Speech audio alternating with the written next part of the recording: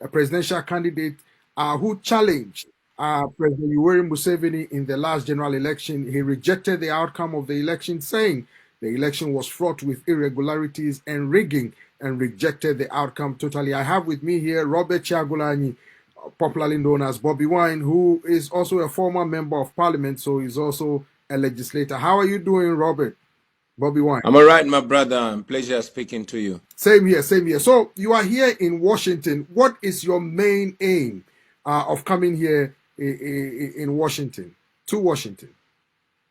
Well, I left my country on a run for my life. As you might have seen that my house was raided, my wife assaulted, and my family members also tortured because there was an order to kill me by the Chief of Defense Forces, who also happens to be the son of Uganda 40-year-old dictator General Yoweri Museveni. So I left my country running for my life. However, I'm also in the United States to try engage with various leaders, various personalities, senators, and fellow Ugandans as well. With the fellow Ugandans and leaders, I'm trying to galvanize the forces of change that are struggling to change our country back home. But with the leaders and administration in Washington, I'm trying to persuade them to change their policy of supporting the dictatorship back home. You will notice that the Ugandan dictatorship, like many other dictatorships in Africa, have their lifeline in Washington and in Europe because they are funded by America and the Western world. So we are trying to cut that life link to ensure that they are not funded to oppress the people of Uganda and Africa. I heard you say that you are not going to negotiate your freedom away. What does that mean? I thought I spoke it in clear terms. I am not going to negotiate my freedom or my rights because no sane person negotiates that. My rights are inherent according to the Constitution of Uganda, and they are not granted by the state. And neither is my freedom. And this is to make it clear that I'm not a kind of person that rejects any negotiation. No, I believe in dialogue, but in transparent and principled dialogue, no transactional. Are you ready to negotiate with President Museveni and his government to ensure that there's peace and that Ugandans will live in peace? Are you ready to have negotiations with the government? I thought I answered that question before you asked it. But however, I must remind you that our forefathers, and to quote the great Nelson Mandela, taught us that you cannot put your boot on my neck and then say we should negotiate. No, it's only free men that negotiate. So let me ask you, because last time I heard some Ugandans say that you and President Museveni basically have a passion for Uganda. He wanted a change. He took guns. He went to the bush and came to power by the barrel of the gun. You want change as well. So the change mandate or the change that you seek, both of you are on the same playing field. How do you respond to such comparison between you and President Museveni in terms of wanting change to happen in Uganda? I would definitely not dismiss the fact that once upon a time, General Museveni loved, or is seen to have loved his country. At my age, he was saying exactly what I'm saying, and probably even more eloquent. But as we've been taught by history that power corrupts and absolute power corrupts absolutely, General Museveni said that Africa's problem in general, and Uganda in particular, are the leaders that overstay in power. He said this 40 years ago. Unfortunately, 40 years later, he's still in power. When he was pursuing change, he picked up guns, and more than 500,000 Ugandans died in his pursuit of what he called change. Unfortunately, 40 years down the road, we realized that this blood was shed in vain. I'm passionate about change, but I'm also aware that life matters. The difference between us is that he believes in violence, and we don't believe in violence because we have seen what violence does. Violence, besides breeding more violence, it creates a sense of entitlement where those that cause change through violence always feel like they own and they're entitled, and this is what has shown again and again and again, from the times of Robert Mugabe and now Mnangagwa, and to the times of Yoweri Museveni. So while we pursue change, we believe that non-violence is stronger than violence, and that was why we chose to pursue that line. Now, in your earlier submission, you talked about the fact that you had to run away from the country due to your life being threatened or your life being in danger. But some people are questioning that because they said you said your life was in danger, but you were constantly on social media platforms videotaping yourself talking in some areas or in some parts of Uganda before leaving. And that they said this is just a mere publicity stunt just to demonize the country and make the president unpopular among Ugandans, and that you lost the election fair and square. You are just, trying to blackmail the government using some of these videos that you are making just to undercut the international support the government has. What say you? By the fact that we are communicating virtually using the internet, it makes me suppose that you have been watching the tweets of the Chief of Defense Forces in Uganda, who is also the son of General Museveni, who has publicly confessed to killing 24 members of my party and saying that I should be the 25th dead body. I'm sure you have seen him promise and indeed fulfilling the promise of abducting my people, beginning with my bodyguard, who was abducted and tortured under his basement. And he did this live on social media. I am sure you are aware that my house was raided on the 16th of January, just one day after the election, and I had to run away from my home. I am sure that you have seen that on the 25th of January, again, my house was raided and my wife beaten so bad that she ended up in hospital and she had to escape from the hospital bed to sneak out of the country. I am sure you have seen that. And anybody that calls this a publicity stunt, I am not sure what to call this. My home was taken over and occupied by the military until yesterday, when out of shame and out of international pressure, they had to leave my country. Now, if raiding, torturing my family, and occupying my house after ramshackling it is a publicity stunt, I don't know, is it my publicity stunt or the publicity stunt of the Ugandan military? I ran out of the country. I ran out of my house, but I was able, just like I was able to outsmart and beat the Ugandan military, which had surrounded my house, to leave my house. I was able to beat them to close to 2 months when I was within the country. But I had, like I mentioned, that I ran out of my house and was in hiding to be sure that I communicate to the world. I'm sure if I stayed, I would either be dead or completely tortured. I would not be able to communicate to the world. But ever since I left, I've been able to offer leadership to the forces of change. And indeed, I'm able to communicate to the world like I'm doing now. So if me being able to communicate to the world and expose the atrocities of the Ugandan regime is a publicity stunt, then I don't think that's a bad publicity stunt, is it? Well, some people are accusing you of mudding or dirtying up the image of Uganda as a partner to Western countries to bring stability and peace and political peace in the East Africa region, and that by constantly bombarding the international community with what they say fake news of human rights violations and harassment is basically mudding and dirtying the international image of Uganda, basically preventing people from coming to invest in Uganda. Yeah, but if there's anything or anybody that is denting the image of the country, those are the atrocities that are being done in our country. You know, where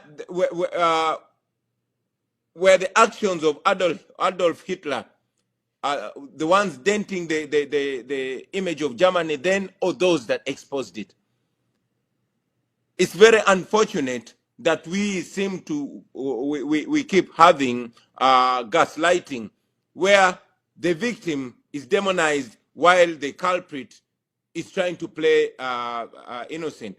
You know, the tortures, the extrajudicial murders that are going on in Uganda are not, orchestrated by me, but by the regime. On the 18th and 19th of November 2020, there was a massacre in the country. I did not kill those people. The Ugandan government killed those people. We went into an election which you and all the world saw turned into a military operation. I did not torture the Ugandans. I did not kill the Ugandans. The Ugandan regime killed the Ugandans. The Electoral Commission gave me a security detail, but at the end of the campaign, the entire security detail that was given to me was arrested, and now they are detained just because they did not spy on me. I did not do that. The regime did that. As we speak right now, my personal assistant called Sheriff Naja had his house raided and his wife abducted. The wife of Sheriff Naja is now missing for more than 2 weeks. I did not abduct her. The Ugandan military abducted her. And this happened on camera and we showed it to the world. Now the blame does not go to me. The blame goes to those that instead that are charged with the duty and mandate of guarding and protecting Ugandans, but instead abducting them and torturing them. If the Ugandan regime wants a good image for the country, let them respect human rights. Let them respect democracy. Let them respect the rule of law. You talked about the election. Some people are wondering whether you legitimately won the election as you claim, because they argue if you have evidence of election, mismanagement, irregularities, or rigging like you claim, where is the evidence? They argue to present it before the court of law, to argue your case in court, rather than just saying that the elections were rigged without providing any empirical proof to back up your allegation, they argue. What do you say to such critics? We had a general election on the 15th of January 2026. 14th of January, more than 400 leaders of my party had been abducted and they were missing. These include two of my deputy presidents, my deputy president of Northern Uganda and Western Uganda, who are women. They were abducted and held in a military barracks in Kasenyi, commanded by General Museveni's son, Muhoozi Kainerugaba, who is the head of the security forces. They were missing for 2 weeks until they resurfaced again, and they told their ordeal to the world. On the day of election, 15th of January, my deputy president for the Buganda region, the most populous region, had his house raided, and 10 people were shot and killed in his house. Let me say this again. 10 people were shot and killed in the military, 8 of whom were women. They were killed by Ugandan military and the police. He was later picked up and is in prison. Many others were picked up. Majority of our election observers and election agents were picked, and many of them are still missing, while others were kept in prison for various days and later on freed without no charge. So, was that an election? In my opinion, and I believe in the opinion of any sane person, was not an election, but a military operation. So let me ask you this question, because some Ugandans have been telling me that, like your former colleague, Dr. Chisa Besigye, who is in jail right now, he left the FDC, handed over to somebody, endorsed somebody to run as a presidential candidate. They are wondering if the leadership you provide will also get you there to support somebody else to peacefully contest against the government, as they argue, or the ruling National Resistance Movement, NRM. They argue if you will have that capacity to see Uganda as bigger than yourself, to support somebody else, because they argue that you have fallen out with a lot of people who have capacity, who you believe could equally be have that capacity to run as presidential candidate of the National Unity Platform, your party. NUP, what say you? Now, Peter, I am glad. First of all, you seem to be in a rush to sweep me off the matters that are concerning and are pertinent right now. But I'm very glad you mentioned Dr. Kizza Besigye. Dr. Kizza Besigye is a veteran political leader who was close to 2 years ago abducted from Kenya by the Ugandan regime and illegally brought to Uganda, charged illegally in a military court, and now he continues to be in prison. So that should further show you the kind of the regime that you seem very, very eager to protect or have its atrocities swept under the under the carpet. No, no, When I was I'm showing not up, sweeping. I'm when just. I was showing up, yeah, I did not. I was not dying to be president. My desire is to have a free country, to have a country that works for everybody. We have a dictatorship. We have a president that has been in power for 40 years and counting. And that is our urgent fight right now. Our fight is to see democracy in our lifetime. Our fight is to have an election where people have the right to vote, where a vote counts. We are fighting for a vote right now. My question is, what are you willing to do? You are talking about the fight for democracy, peace, and the respect of human rights. The question I'm asking is, what are you willing to do in your capacity, peacefully, to see these enumerations actualized in Everything, Uganda? everything. I am willing to do everything moral and constitutional to see a free, peaceful, and democratic Uganda. That is my dream. I'm a firm believer in democracy. And I must tell you that I'm leading a generation that is full of capable, talented, and qualified young people, which young people we strongly believe will be able to usher our country to greater heights. You called for sanctions to be placed on certain people in Uganda, targeted sanctions, as you call them. How feasible is this? And do you think the people you are having negotiations with will impose those sanctions that you seek? Well, the people that I'm talking to, not having negotiations with, but talking to, are the ones that have funded the regime, that have supported the regime for the last 40 years. You'll notice that for a long time, the Ugandan regime has been receiving up to $1 billion US in terms of aid. That is America alone. And there's also the UK and the the UK and the European Union.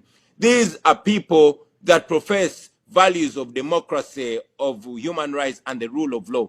Our demand is one: stop funding our oppression. We are not asking them to come and save us. No, we are telling them that we can fight for ourselves because our fight is in Uganda. But we cannot fight against $1 billion US a year. We cannot fight against the French guns. We cannot fight against the pounds that are flowing into Uganda. We are only asking them to tag the aid that they give to the regime of Uganda to the values, to condition it to democracy and human rights. And I've said it many times that the standard of human rights in Uganda should be the same in Europe. I have not seen European or American leaders standing shoulder to shoulder with European dictators like Lukashenko of Belarus.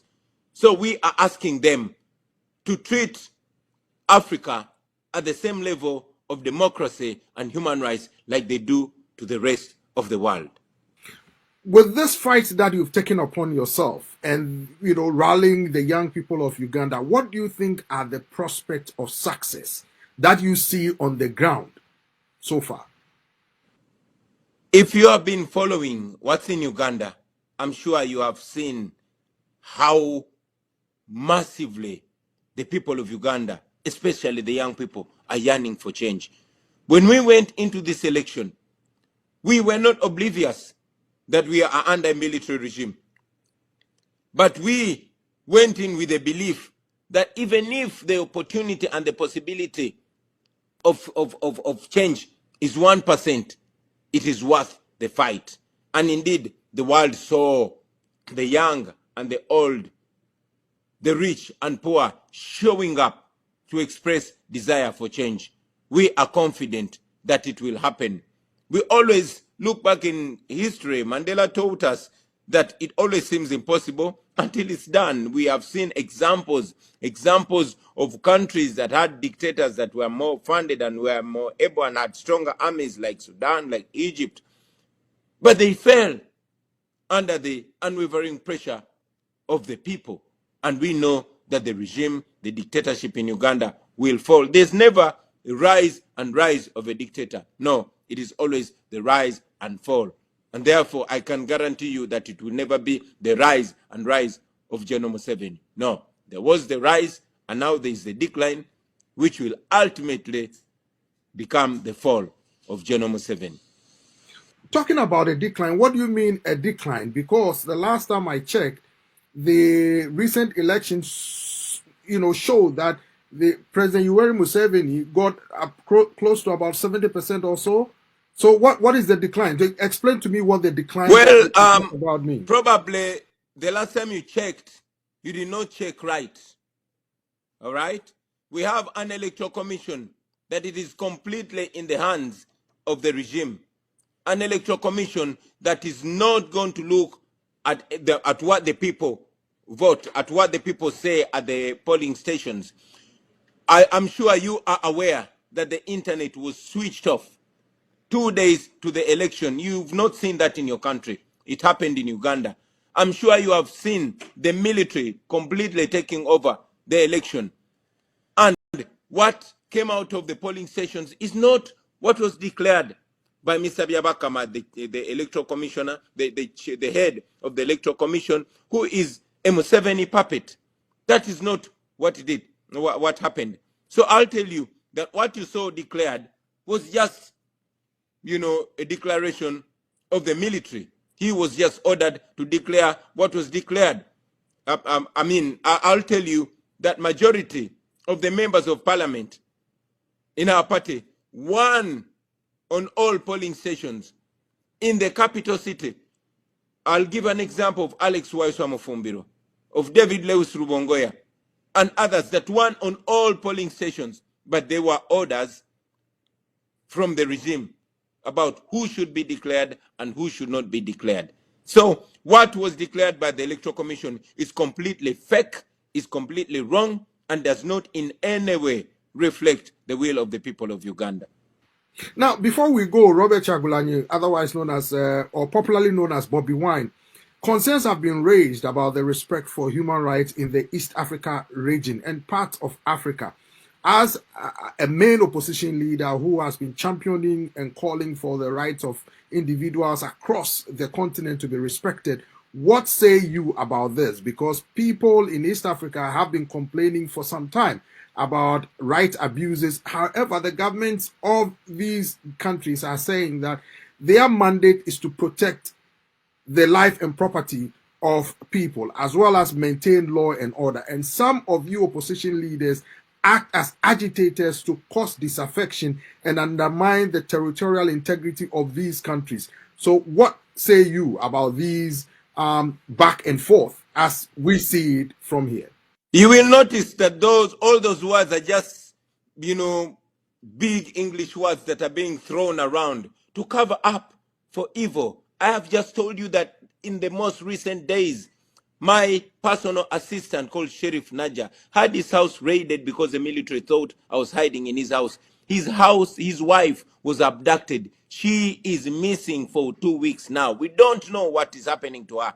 And we have a regime in Uganda that is notorious of torturing people, killing people, and raping women in custody. Many young men have come out of custody, complaining of being sodomized in custody.